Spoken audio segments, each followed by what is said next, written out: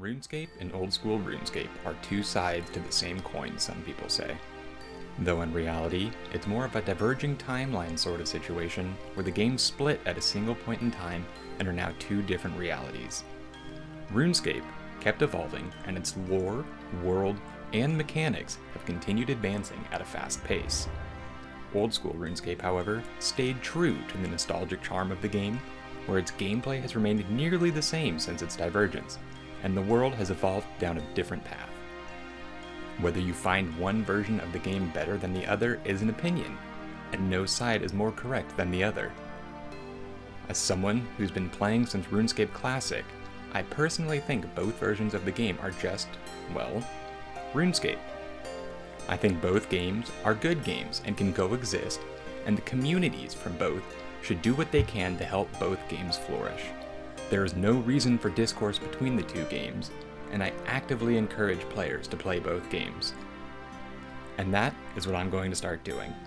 Though old school RuneScape has always appealed to me as a game, I never wanted to restart my progress when the games split. But with friends in both of these games' timelines, it's time for me to try going from RuneScape to RuneScape, experiencing the alternate timeline.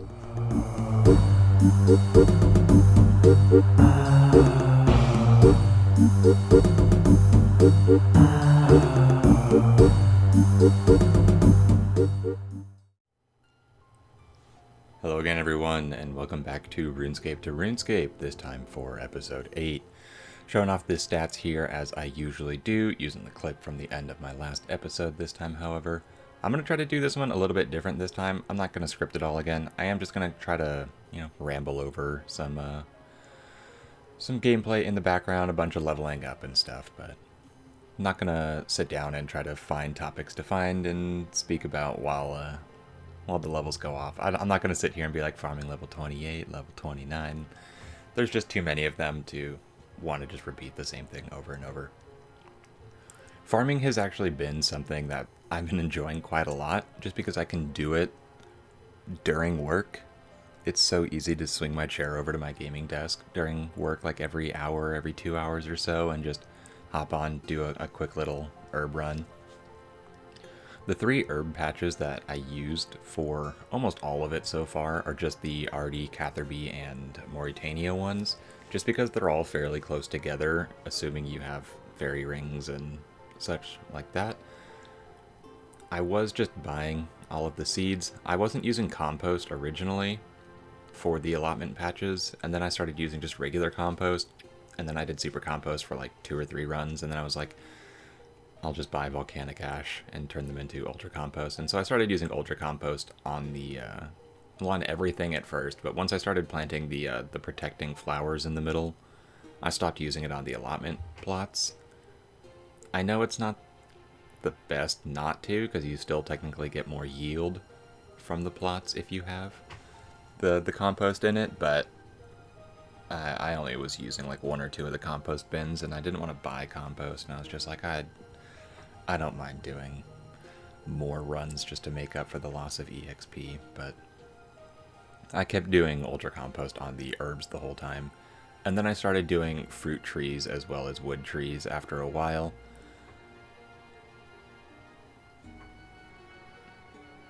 There we go with the first fruit tree though, level 43. I believe that was the first one. Maybe not. Probably not. The flower plots in the middle though. I did 1 limpwort root, 1 in Catherby, because I know that was a diary for the area, and then planting the flower after it to protect the watermelons, I believe. I had to sit there and manually watch the entire plant grow, because even though I had used ultra compost on it, the flower would get diseased every 3 minutes. Quick interruption. That cutscene here for Demon Slayer is so cool. Dude's like flipping the blade around and stuff. I kind of wish we could have that fighting animation for a weapon or something, but quickly hopping on the Demon Slayer train. It's easy free-to-play quest, but it is a requirement for quite a few other quests that I want to get done. You have to get the 3 keys in order to get the Silverlight. So there's keys 1, 2, and 3. bring him back to surprising. He gets the key out, and it points to the chessboard in the middle of the room. It's all just a game to you, isn't it, surprising? Summoning Delrith, it breaks out. It would almost be kind of cool if that table in the center there became like a cave, and there was like a free-to-play, like mini Slayer cave or something. I don't know. Slayer's not a free-to-play skill, but you know what I mean? Just another cool little dungeon down there for some reason. You could add a new free-to-play quest down there or anything. I do end up killing all of the different little mages here, level 34 HP coming in. But I always figure, why not? They're kind of annoying in the quest usually, because the level 21s will still auto-attack me and, like, make me unable to go through dialogue and fight Delrith. So I was like, I'll just fight them all anyways. I need the EXP. Any excuse to fight some stuff is always great. Combat is the fun part of the game to me, so if I can interrupt the questing with some combat, I will. And there we go, Delrith down. Cameranthum, Aber, Perchai, Galbindo, or Gabindo, Carlem.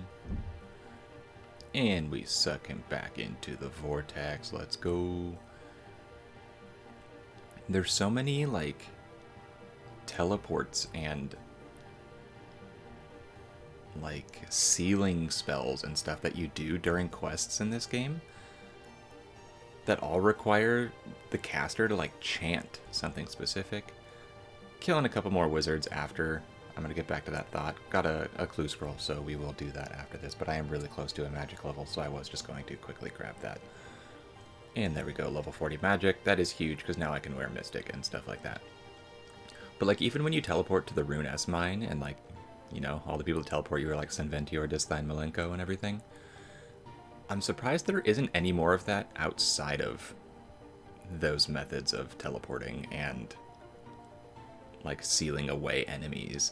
I'm surprised there's no, like, ritual casting spells or, like, really big effective spells that are, like, non-combat that your character actually has to use, like, a verbal component to the spell.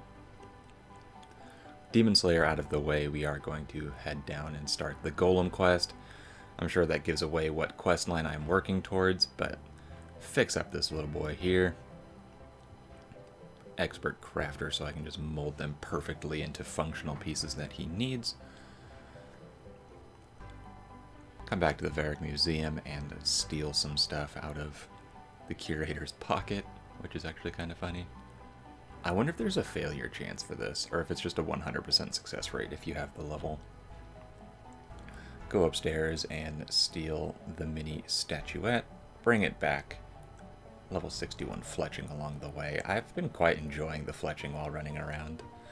Place the statuette back and turn them all, and this will open up the door. I believe the throne at the end of this room as well. I think you can take the hammer and chisel. I brought them in my inventory here too, and cut the gems out of it now. But I didn't because I didn't have enough inventory space, and I didn't want to drop anything for some reason. So you go back and you're like, the demon's dead, you rewrite his brain, and that is quest complete there. The EXP you get from some quests is so odd to me. Level 29 thieving, and I'm going to turn her around directly and start Shadow of the Storm. I have the black silverlight in my inventory there, and he's like, oh, thank you, I found you, blah, blah, do you recognize this sword? And he just takes it and then gives me just a replica silverlight and is like, here, go turn this black. And it's like, well, if only I already had that in my inventory. I wonder what would have happened if I was equipping it. Or if I had it equipped. Would he have taken it, or would I have had 2 silverlights at that point? Our first time meeting Evil Dave. Thankfully, I had a couple black pieces of armor and robes in my bank from just previous quests and stuff like that, that I was able to prove that I am evil. Yes, I just used the Arty Furnace to make the demonic sigil. Don't ask me why. Ooh, guess what? A mage in-game scammed us again.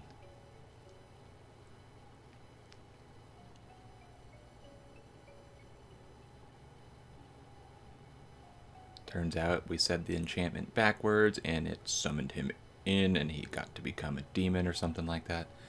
And he just comes out and just starts killing everyone, and it's my job to put an end to him. I do quickly go buy some Mystic and everything and come back a little more prepared for the fight. I should honestly get Protection Prayers at this point. Quest bosses are getting to a point where if they're not safe spottable, then they actually do hit quite a bit. But Protection Prayer would deal with that completely. But Water Bolt from a distance, ran up and hit him a couple times with the Silver Light, and we are good to go. And this is why we're doing the quest. We're doing it for the range EXP. 10,000 range EXP is huge. Range was my last skill that I had at level 1. So this officially brings every single skill that I have leveled at least once.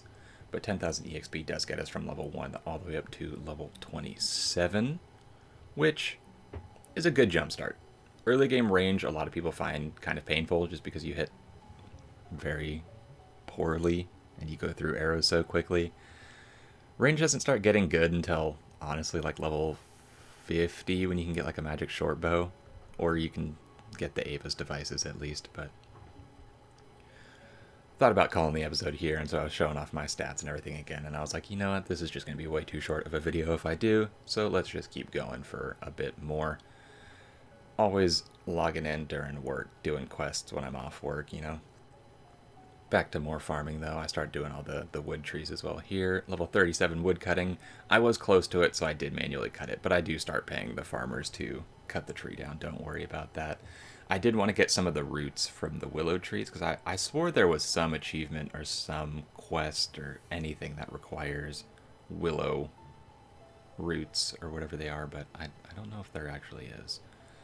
Moving on to maples, which I always thought maple trees looked really cool in this game, them being like the one other colored tree, other than like Magic's, I guess. But yeah, back to the flower patch story. Those flowers right there, I'm not going to try to remember the name right now. The one in the Catherby patch, I legitimately had to watch it grow for the entire like 40, 50 minutes, whatever it was. Because what I was originally doing is I would like log off right next to it, wait like 3 to 5 minutes, log back in, and it would be diseased. And I would cure it, log back off, wait 3 to 5 minutes, log back in, and it would be in the exact same stage, and it would be diseased again. And I had to clear the disease on it like 9 or 10 different times to get the tree to grow. I ended up just standing there and just watching it so I could just cure it immediately. Actually kind of annoying. I don't know what's going on with that. It was ultra composted and everything.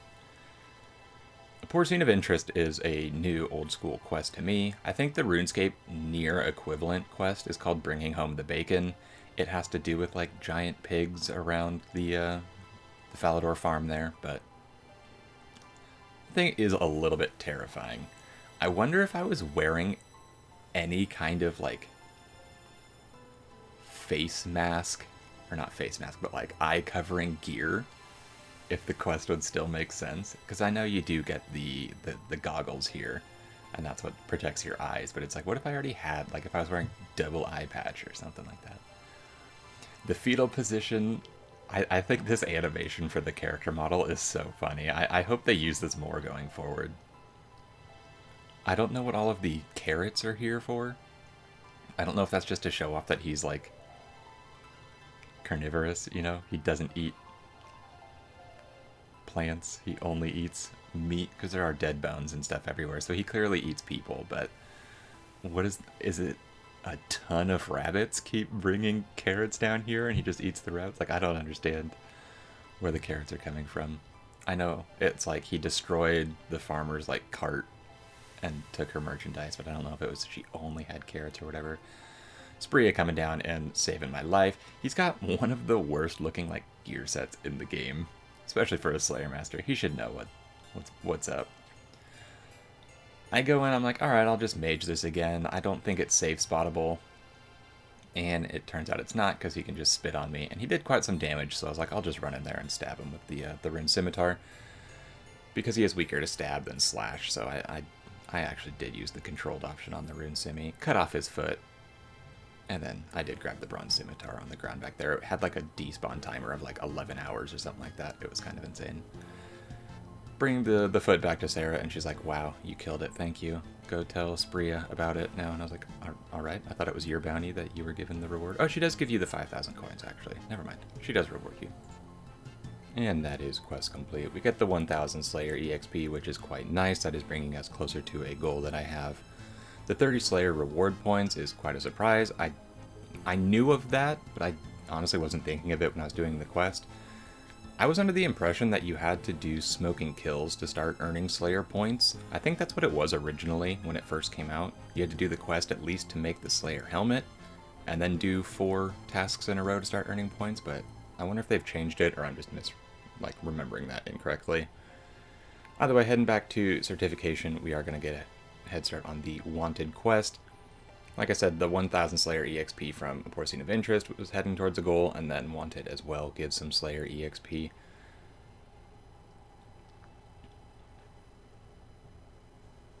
A lot of running back and forth in the beginning of this quest, but I did manually make the Calm Orb. I know I said I wasn't going to originally go for the Sea Slug, or the Slug Menace, whichever it is, to get the Proselyte armor, because it had a bunch of level requirements that I didn't have, but early game leveling is so easy, I figured like I might as well just start working towards that and get that done, so I have a set of melee armor.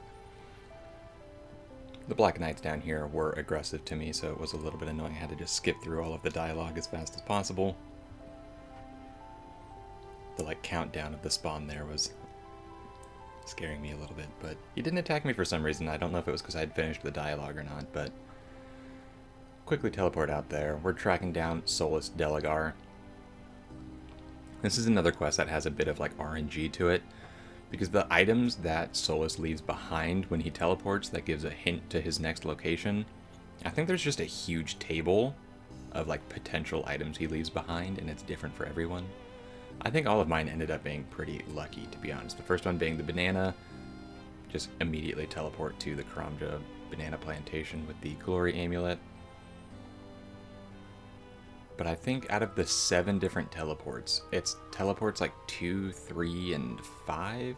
2, 3, 5, and then 7 are always the same for everyone. So this one is a constant. You have to go to the Champions Guild. Champions Guild. I don't know why I said that with a K. Summon him here again. I miss when the blue cape was the Cape of Champions. It was always the best cape. Goblin armor. This one was a little... I think this is probably my most unfortunate one, just because there isn't really a nice teleport to the Goblin Village up here. There might be with jewelry or something in OSRS that I just don't know about, but I don't mind walking places. It gives me time to do some fletching. He hits me with the Flames of Zamorak there, but it was off screen. I don't know if the cutscene was supposed to move my camera and it just didn't, but would have been cool to see my character get hit by it. Wow, nice human lady down here in the Goblin Mines for some reason. Nothing suspicious about that. Bro pops up, sucker punches me, and then moonwalks away. Look at that style. No wonder he's so strong. Actually kind of offensive though. And then that guy just appears right there. I guess that's when the instance changes. Wizard hat, which is perfect for the last one, because this is the one right before I have to take the Runescape teleport, and so I'm right next to one already. Look at him standing in the door, not in front of it or behind it, but I wasn't expecting combat here, to be honest. I didn't bring a staff or runes or anything like that. Thankfully I had the rune scimitar on me that I was like, I might be able to just tank this. I have some monkfish. But I'm in the wizard tower. There's wizards everywhere. Help me, bro. Come on. There's a black knight in here. He doesn't belong here. Get him out of here. Help me, somebody. He's beating me up a little bit, you know? Can I get some help?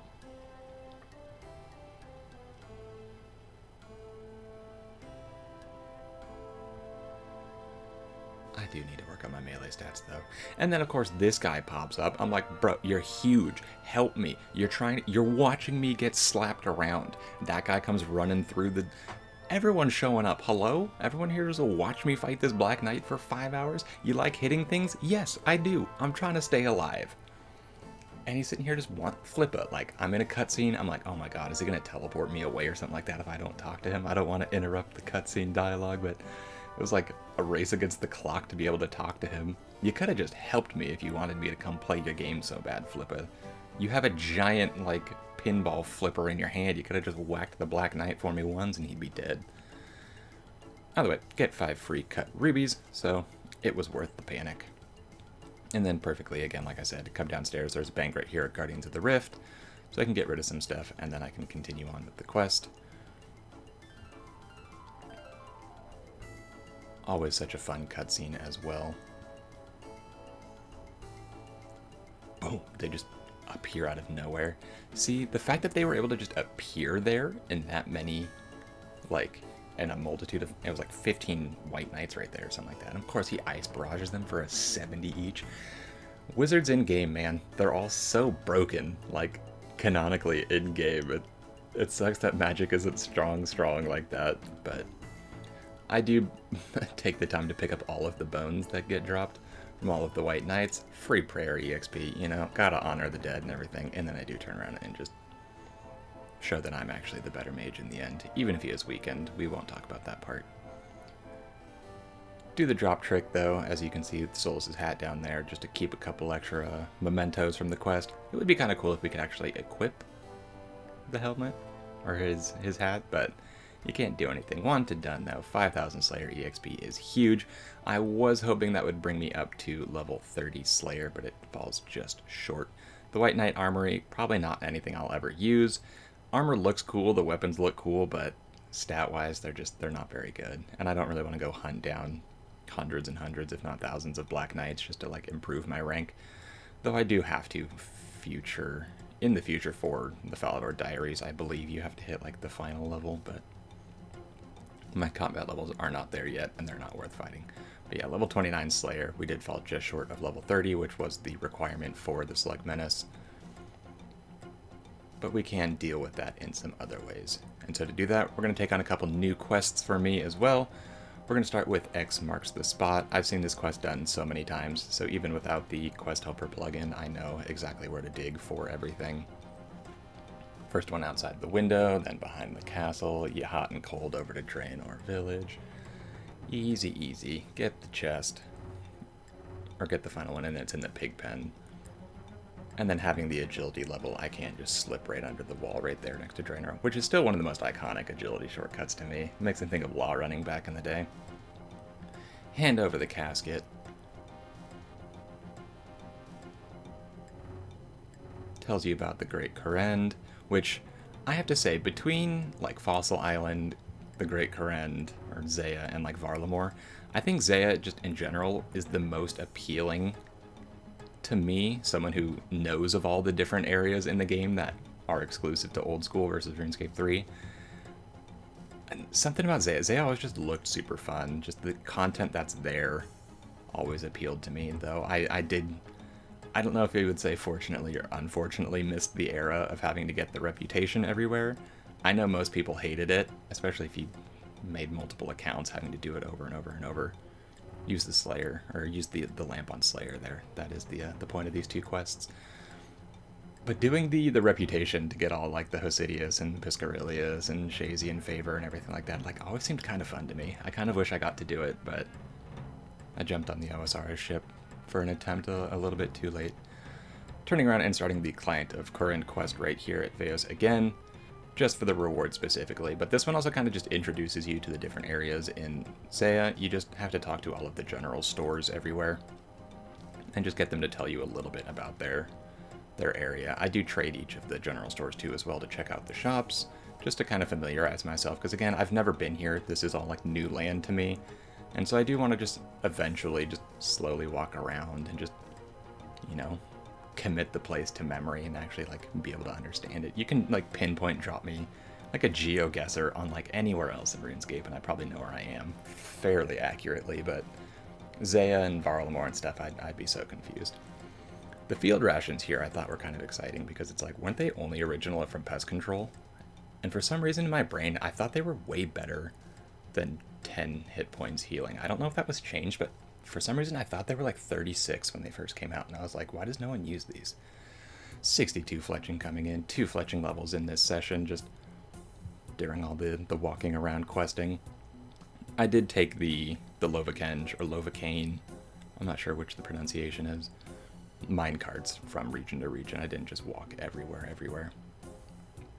Talk to all of the different general stores, bring it back to Veos, and, you know, he's like, oh, like, the person I'm working for wants you to go to the Dark Altar, which, the Arceus area is definitely my favorite aesthetically. Arceus and then Shazian probably, I think, look the coolest, but bring it back, and I'm like talking to the demon or whoever through Veos, and Veos is like, I've never talked to you since I dropped you off on Zaya. Like, what are you talking about?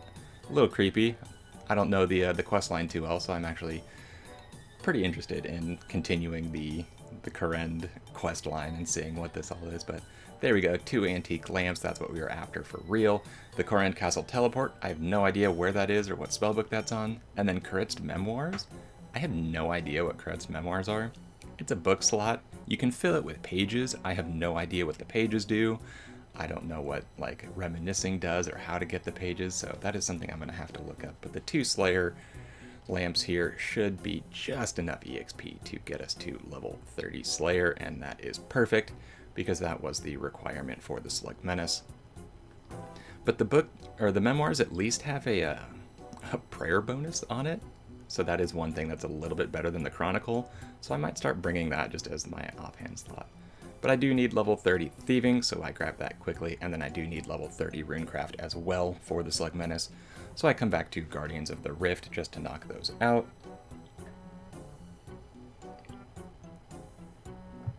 And that was one of the reasons that I got the Slug Menace done early. And the huge chunk of EXP you get at the end of each minigame did take me all the way up to level 31 Slayer as well. I only got to play 1 game, and I did get credit for my first ever game, so I felt pretty good about that. I do want to get into that though. My friend is like grinding the heck out of Guardians of the Rift. She wants the full runecrafting outfit just because it looks really cool, and watching her play it, I'm just like, I want to play it, but I don't know if I want to sit here and just grind runecrafting right now, even if it's fun to me. And that's kind of the whole point of this series, is just me playing the game and having fun. But it just feels like counterproductive as someone who knows how to play RuneScape more efficiently. I'm like having to force myself not to play it super efficiently at times, but I am really interested in all the like skilling mini games, Guardians of the Rift, Temperos, you know, Giant's Foundry, Wintertodt. Like, I want to do all of them. I want to grind them all. Like, they all look so fun. They're so iconic to me, but I know like so much of old school RuneScape player base is like sick of them and they don't like them and everything like that. But Guardians of the Rift, just, it looks really fun to me, and I am pretty interested in going in and grinding that for a bit. But Slug Menace, like, you're tasked with going to Witch Haven, figuring out what's wrong with everyone. Like, everyone's getting sick. It's the continuation of the Sea Slug, and no surprise, the Sea Slugs are turning everyone sick, and they're basically mind controlling everyone. We're supposed to find missing pages from a book, and the book will have the information on the temple that's underground and the door and everything like that. So we find the first one in the mayor's room. Surprise, surprise. Ezekiel Lovecraft, him having the name Lovecraft and being involved in the quest line, that's, you know, Lovecraftian sea horror based a little bit. That's a nice little touch there.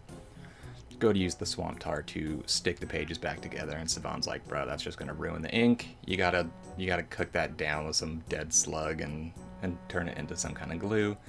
Thankfully, Bailey somehow on the fishing platform where all the sea slugs started, but you also notice there's giant lobsters up here as well. But he's still perfectly fine human. I don't know how he's keeping all of the slugs out of his little kitchen, but again, with old quests like mechanics, clicking these buttons like a billion times to move the pages, and it wants me to connect it like halfway off the screen, and then it just jumps back up to the middle of the page. Tower of Life had the same thing where it's like, any of the quests that have those like horrible clicking mechanics are just, they feel so dated. But another reason I had access to Guardian of the Rift early, or I did the Temple of the Eye early, was for this quest going forward. You have to go to a bunch of the different elemental and catalytic altars to craft like special runes on them. I didn't notice you could fail at this part. I thought the failing chance was when you're cutting the rune S into the special rune, but it took me a while to figure out what was going on, and I just read the chat box and I was like, oh, that makes more sense. But you do shape these into the runes themselves, and then you just use it on the altar. And you have to do that for the 4 elements as well as the mind altar. Failed 2 or 3 times, I think, total, so it actually wasn't too bad. But there we go, there's the final rune. Come back, you use them all on the door, and that opens up the door. And wow, plot twist no one expected coming.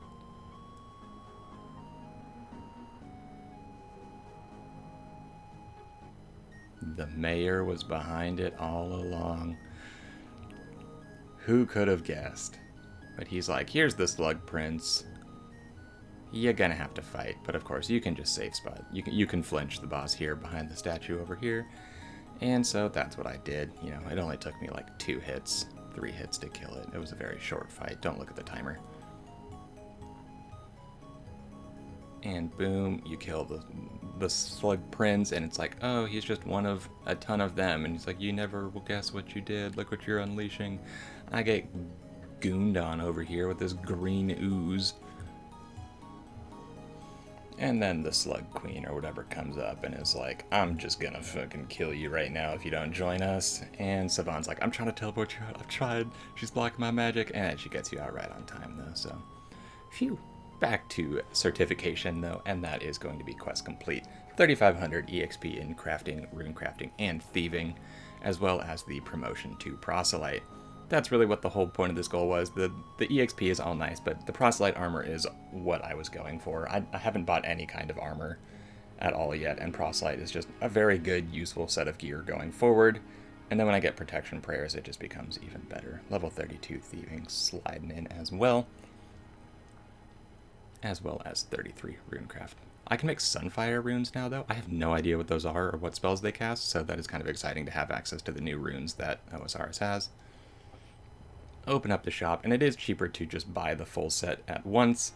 I think it ends up being like 5,000 coins cheaper. If you buy the top legs and helm separately, it ends up being like 3,000 coins or something like that. But Fashionscape, there we are. The proselyte armor looks so cool to me. Though honestly, the proselyte top, I think, looks really good with dragon legs. It's such a weird like clashing of colors, but for some reason it always looked so good to me. Back on that farming grind, though, as we are wrapping things up, you get so much EXP through farming runs in no time. Like, farming is such a fast skill that's just time gated in real life, but it's such a Harvest Moon Stardew Valley throwback. But that is where I'm going to go ahead and wrap up this episode. There are my levels. We are slowly approaching 800 total level. I'm going to edge you a little bit and leave you at 799. We can look forward to that in the next one. There are my levels as we go. Hunter is now my lowest skill, and it probably will be for a while, but I am super excited to get to Varlamore and start doing hunter contracts and stuff in the future, but we got a lot to do until then. Thank you guys all very much for watching. I hope you enjoyed it, and hope to see you all back in the next one. And until then, peace.